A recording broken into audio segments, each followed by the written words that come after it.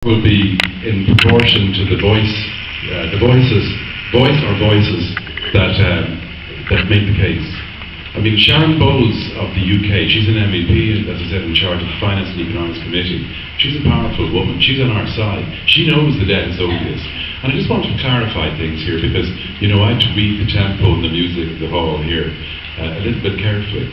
But I, for the last 4 years, have been saying that the scale of the losses was far bigger than all the establishment was admitting.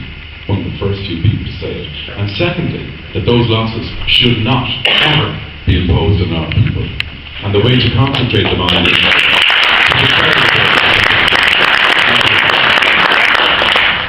well, so I think that should be pointed out, you know, that Peter has consistently been saying that this, that the bank debt should never, that it is basically, you know, it is that the bank debt should never have been imposed on us.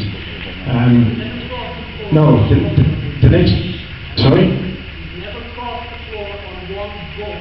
I said earlier on, no, I don't want any hacking, I don't want any abuse of anybody. Yeah, okay. So, the next question here, because yeah, you can, yeah, okay, please will answer that. I didn't cross the floor, but I went to the Bundestag on my own account and made the points I've made just there as forcefully as I have back in January 2012. They're the people who need to hear it. They're the guys who hadn't even heard of that paper by Kajetti, Zamboli and Bohati. And, you know, last week, the German European Affairs Committee visited us in the Oireachtas. And at that, I'm not even a member of that committee, but I made it my business to be there to hear, so that they could hear both barrels of the facts and figures and the justification and moral justification of why we shouldn't be paying this debt. Just to give you an update. Thank you.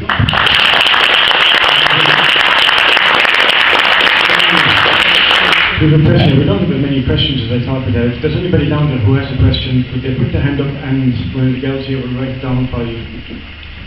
Is there somebody there? Yeah.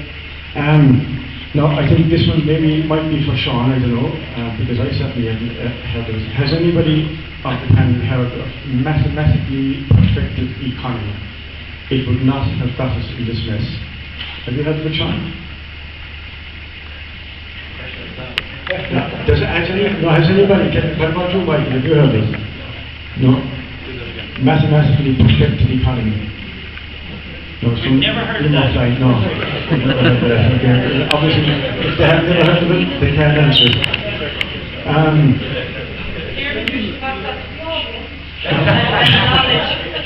You know, have you heard? Who? No. Can it be described very quickly? I can answer the question kind of in an indirect way. Okay. No. Okay, right. I don't believe. Okay.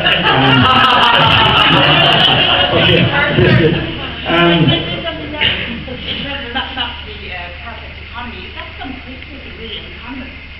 Because in this case, economists are rather sympathizing, you kind of forecast very accurately. And if you could, it would have gotten the mess we were in to begin with. And I heard from you earlier one of the economists making that point. Okay, thank you. Again, this might be one for our economists. It's from Donald McCormick. Isn't the present crisis an example of the neoliberal dictum to use every crisis, natural, economic, or whatever, to drive down income and privatise services and national assets? Does anybody want to take that?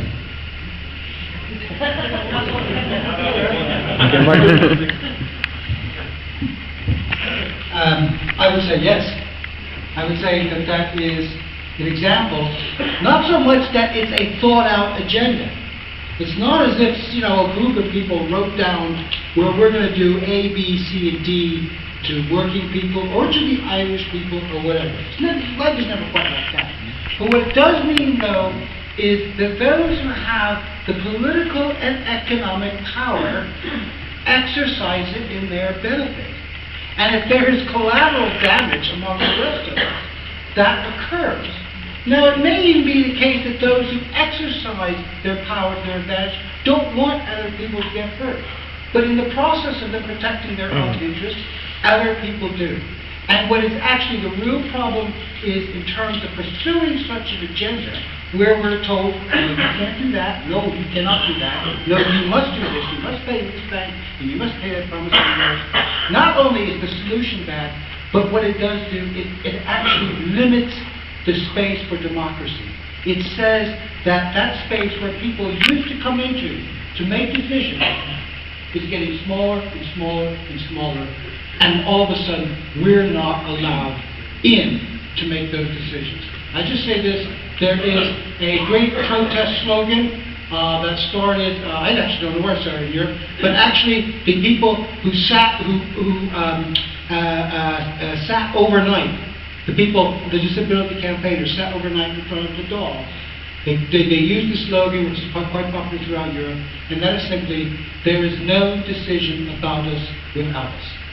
And that is the democratic imperative. And that's the frightening thing about the agenda, because they're making decisions about us, and they don't even care about us.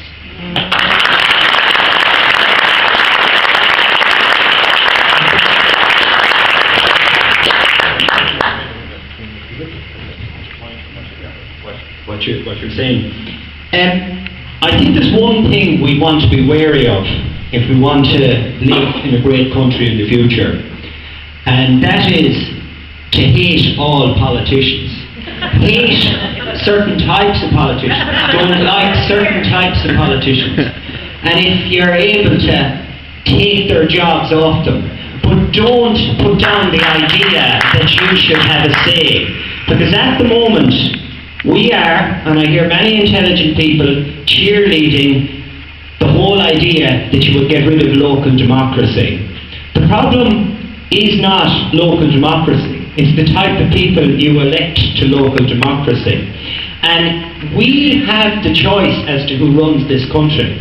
Now, I don't have all the solutions, and not even close, but the reality is, in 1997, I looked at the potential field that I had to vote for, and I got rather depressed. I had an option not to vote and to betray the people who fought for the right to vote, or I had the option to put my name on the ballot paper and to take the power back. Now, you have a choice. You run down the politicians and talk about them as if they're something that fell off the moon and we had nothing to do with it, or we realise that we put them there and that we can get rid of them again immediately. And the first opportunity, and this is so important, actually, this was really the most important thing that I wanted to say here. There is a massive opportunity in June of 2014 to change this country. And that opportunity is called the local and the European elections. Now you might say, how can I change the country as a councillor? Well, I will explain why, rather quickly. The reality is, I'll give you an example. There are 9 of one of the Civil War parties hold councillors' positions in Roscommon.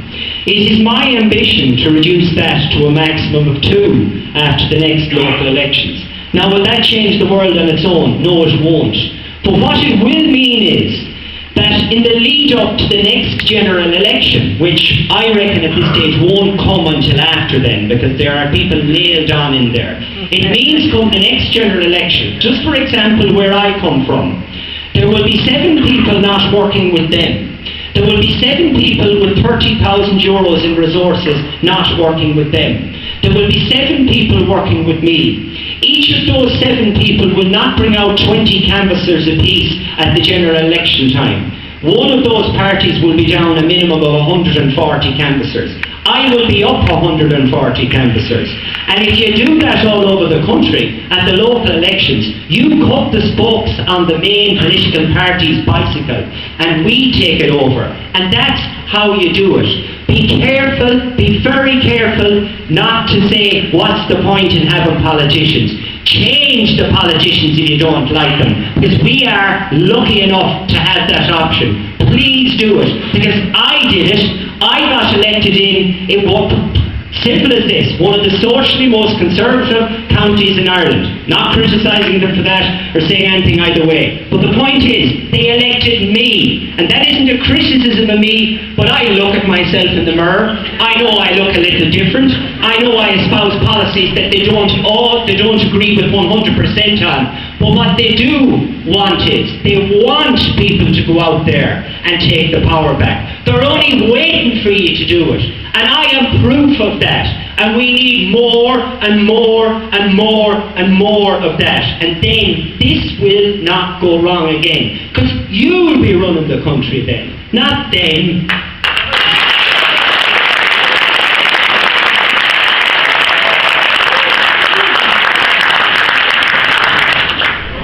I was just reflecting on that question about the equation mathematics or equation economics. What was it called? Oh, right. Perfecting. Okay. Economics mathematically perfected. Now, the common theme running through this evening is the way the banking system, not just here, but around Europe and the world, has run out of control. And Professor Sean Barrett there, our colleague, gave us a very good run through that. I met a man who's called, he's a Dane. He's in his late 60s. He's one of the think tank experts of the world who goes around the prudential control bodies looking at banking and finance. And he was at the finance convention in the Four Seasons Hotel in Dublin in September 2011. And he was talking to a big audience, and there were very well-known people there, internationally. I asked him at the break if this principle of fractional reserving, and it's a very simple principle. It's the principle that when a bank takes in deposits from their customers, from the savings of their customers, that it will only lend out up to about 90% maximum of those deposits. And if every bank in the system, in the licensed system of high street banking, had kept to that principle, I said to him, Thiegason was his name, Professor Thiegason, would it have happened that the banking system expanded out of control like it did and collapsed? If fractional reserving had been practiced across the system, could it have happened? And Paul said, no. And I said, well then why the hell don't fellas like you, who are in the regulatory committees across the top of the world's financial system, open your meetings every time you meet every month and say, is everybody in your country, all your licensed banks operating fractional reserving? And there was no answer to that. But, that's the problem. The thing about the mathematical economics thing. There are certain principles of conduct in professions that prevent things going out of control. Same in the medical profession. It's designed to work. Yeah, exactly. It's not. Human beings can go complacent. It's like the frog in the water, in the tepid water. He gets comfortable. The temperature rises. He gets more comfortable. And before it boils, he's no strength to jump out. And that's what happens in systems. Thank you, Peter. Peter has been reading my blog because I did a blog on that in the Chattering Magpie, and I used that same analogy to explain what's happening with us here and how we have been lulled into this bank bailout. I'm going to take a couple more questions because I have loads to stop writing. Because what I said was it was going to be 8 o'clock to 10. We started at 15:15, so we'll run a little bit over, but like everything else, I believe that you must have a balance in life. And we've been serious for 2 hours and we're going to relax for 2 hours after this. That's why there's a bar over there. We're going to have musicians in here as well. As I said, some of the people here will be staying in. So those of you who have questions who have not been asked can go to whoever you want to answer, because I'm sure that you'll be facilitated. There are a couple of questions I think that must be asked.